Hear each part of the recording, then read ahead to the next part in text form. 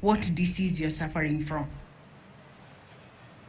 Mamlaka ya biashara ndogo na za kadri inatoa wito kwa vijana walio na umri hadi miaka 29 kutuma maombi ya ufadhili chini ya mradi wa kitaifa wa fursa za vijana kupata maendeleo. Mamlaka hiyo inasema mradi wa Nyota unalenga vijana 110,000 wa Kenya ambao fursa zao za mikopo pamoja na nafasi za ajira zimepunguzwa kwa kukosa elimu zaidi ya kidato cha 4. Hatua hiyo ni sehemu ya mkakati mpana wa serikali wa kukabiliana na ukosefu wa ajira kwa vijana humu nchini.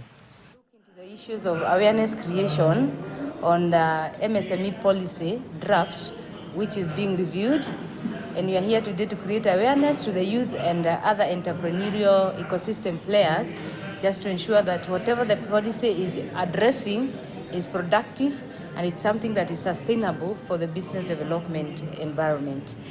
So it's a fund that is targeting the youth who have certain skills or certain talents to start a business, either in manufacturing or in the services industry.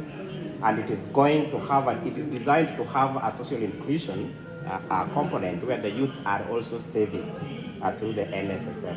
So they are able to also have a saving culture and be able to create their credit worthiness so that they can be able to access the financial institutions. For this forum we are conducting today is mostly on creating awareness on MSE policy